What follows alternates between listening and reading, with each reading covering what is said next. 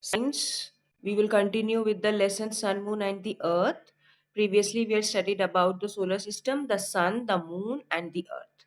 Now, today we are going to start another subtopic in it, that is earthquakes. So, open page number 109, earthquakes. We are going to study how earthquake occurs and what happens when earthquake occurs, and then what are the measures of it, how we can take precautions, how we can be prepared if earthquake occurs and you are stuck at some building, what you should do, or you are at road, what you should do, or you are under one any building or house or something, what you should do, plus what are the instruments that measures volcano, intensity of volcano, what is the speed of volcano, all this we are going to study. Okay, so under the heading volcanoes, page number 109, read in the book. Earthquakes occur when two large pieces of Earth's crust suddenly collide or skip. Now, under the Earth, there are plates. We all know that. Now, those plates or a portion of the Earth, large pieces, when they collide or rub against each other or move, then earthquake occurs. This causes shock waves to shake the surface of the Earth in the form of an earthquake. Shock waves from an earthquake travel through the ground and are used to measure how big is an earthquake is. Now, these shock waves only tell us what was the intensity of the earthquake. If plate moves little bit, earthquake intensity is very little. If plate inside the earth move too much like this, then intensity is very much on the surface of the earth, and we feel earthquake, a huge earthquake. Then the place where, underline, the place where the earthquake starts below the surface of the earth is called hypocenter. This is the definition of hypocenter.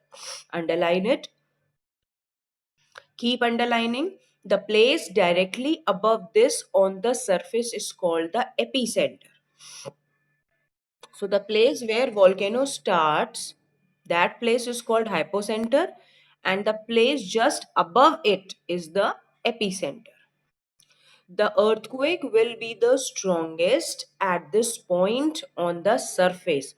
Now, where this point will be on the surface where we live, there earthquake will be the most. For example, if I tell you, understand like this hand is the surface where we live. This is the surface, and this is the earth inside. Okay, so here earthquake occur somewhere inside. This is hypocenter. Here earthquake occurs. Shock waves move. Just point above here. That is this point. At the surface, this point. Here earthquake starts. This point is epicenter. So where will be the earthquake shock waves the strongest? Obviously the plates have moved here inside. So it will be strongest here. Not here, not here, not here, not here, not here. At the this center. So this is epicenter, just above it on the surface.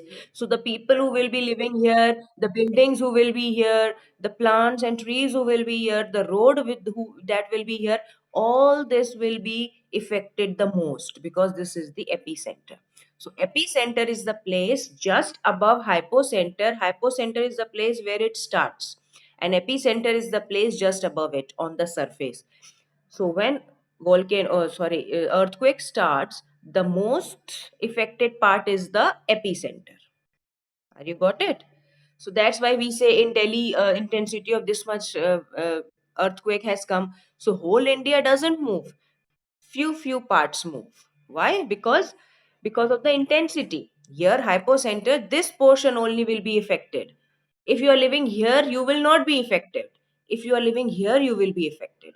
The more the big the wave, the more area will be affected. You know, waves move, travel in circles. Who will be here most affected? Then this side, this side, this side, like this. Okay. Now you have understood what is hypocenter and epicenter. Hypocenter is the place where earthquake starts, Epicenter is the place just above the hypocenter on the surface of the earth, which is affected the most when earthquake happens or occurs. Clear?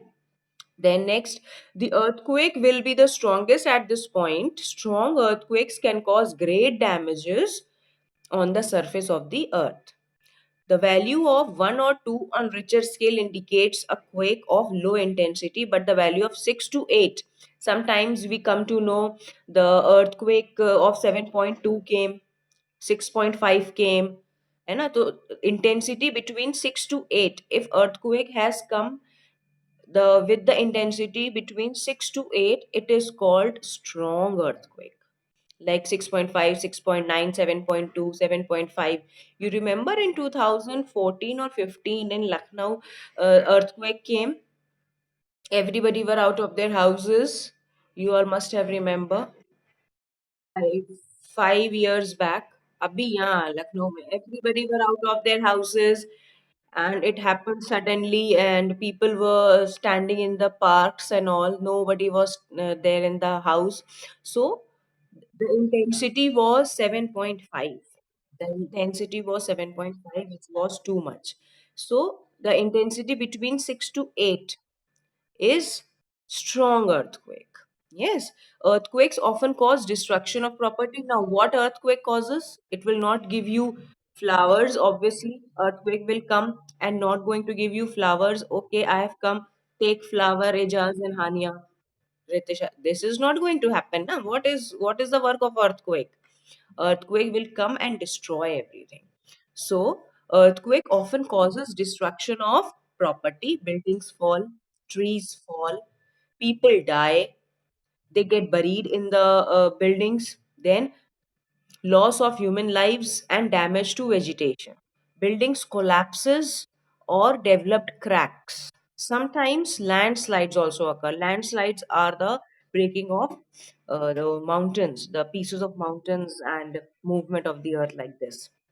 Now, what are the precautions? This is the important part. What we should take as precaution if we are stuck in earthquake?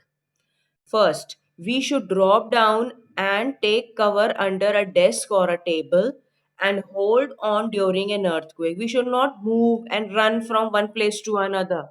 Never.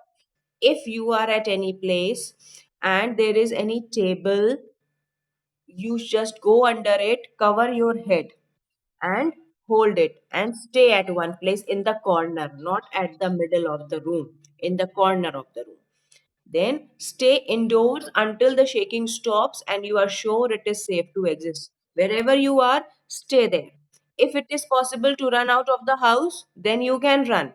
But for example, if you are at sixth floor, seventh floor, eighth floor, and earthquake came, then you can't run like this, na? The time you will run, take the lift, move down, tab tak the building गिर जाएगी. So, wherever you are, if you are stuck at such a place where you cannot run outside, take the shade under the table, cover your head, and stay at one place. Then, stay away from furniture that can fall on you. Now, don't stand under the fan during earthquake. Stay away from those furniture whom you feel that you can feel fall on you.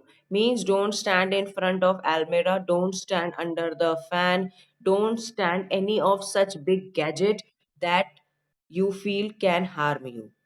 Stay away from windows. If you are in bed, hold on and stay there, protecting your head with the pillow. If you are outdoors, find clear spot away from building, trees, power lines. Drop the ground. Drop to the ground means you just lie down on the ground.